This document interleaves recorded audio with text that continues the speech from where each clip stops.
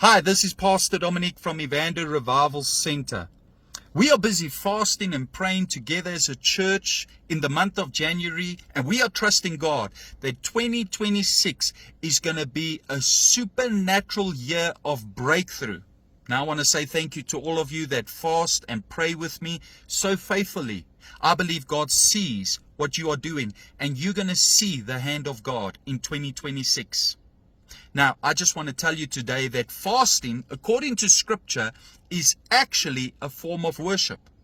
There are many ways we can worship God, but one of the most powerful ways is by fasting. Now, to understand worship, we have to understand what it is in its essence according to the Bible.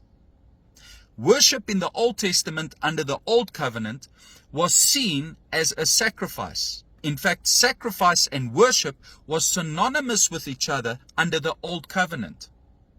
We read in the Old Testament of how Noah, when he came out of the ark, brought a sacrifice unto God, and this was his worship before the Lord. As a result of his worship, God reversed the curse that was upon the earth. And then he put a rainbow in the sky as a sign of that promise that he will never destroy the earth as he did in the day of Noah. You see how powerful it is to worship God with sacrifice? And Abraham worshiped God with sacrifice. He brought a sacrifice unto God in the form of an animal on the altar. And throughout the Old Testament, if the nation of Israel wanted to worship God, they had to bring a sacrifice unto the temple, the place of worship. And that would become their worship unto God. But now in the New Testament, Jesus Christ fulfills the whole law regarding worship. He becomes the ultimate fulfillment on the cross of Calvary of what it means to sacrifice unto God. He was the sacrificial Lamb of God slain before the foundation of the world. Now, as a result, we as believers in Christ Jesus no longer have to do what the Jews did in the Old Testament. We don't have to bring the sacrifices that they brought. But now Paul comes and he speaks to us, and listen to what he says in Romans chapter 12 verse 1, with all of that in mind. So brothers, since God has shown us great mercy, I beg you to offer your lives as living sacrifices unto Him. Your offering must be only for God and pleasing to Him. This is the spiritual way for you to worship. So Paul tells us as New Testament believers that since Jesus has died for us on the cross and become the ultimate sacrifice, we must not stop sacrificing. We don't have to take an animal to church to sacrifice, but rather we must become the sacrifice. One translation says you must offer up your body as a living sacrifice.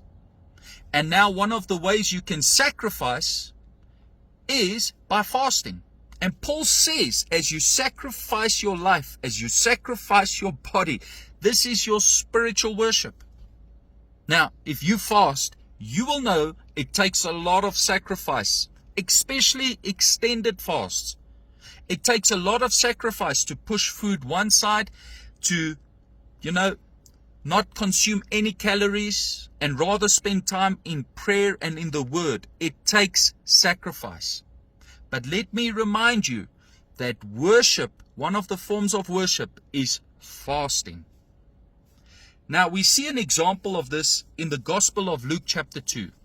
The Bible says in Luke chapter 2 verse 22 that when baby Jesus was 8 days old, Mary and Joseph, his earthly parents, took him up to the temple in Jerusalem to present him unto the Lord at the temple, as was according to the law of Moses. But as they went there, they met somebody there, and it was an elderly woman. This was a woman that was a prophetess, and her name was Anna. The Bible says in Luke chapter 2, verse 37, she was now an 84-year-old woman, and she never left the temple, but worshipped God with fasting and prayer, day and night. How did Anna, the prophetess, in Luke chapter 2, worship God? By fasting and praying. And as a result of her fasting and praying, she had an encounter with baby Jesus. She got to see the Messiah.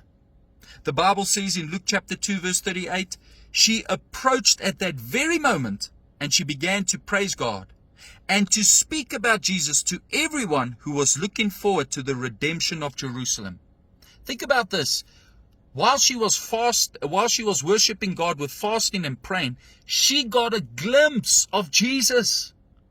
So much so that she had an encounter that nobody else had. Many people were looking forward to seeing the Messiah, but she got to have an encounter.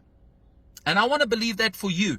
As you worship God by fasting and praying, I want to believe that not only are you becoming a sacrifice, worshiping God, but that you're going to encounter Jesus in a whole new way. I believe as you push on with your fast, you're going to see a new glimpse of God. God wants to reveal himself, a new facet of who he is to you in a whole new way in 2026. But as you fast and pray, I believe you are going to be able to encounter God. I want to tell you today, while you are fasting, remember it is your worship unto God. I leave you with that thought today. May you have a blessed day. May God strengthen you on this fast. And may you experience the goodness of God as you spend time in prayer. This is Pastor Dominique. I'm signing out. God bless.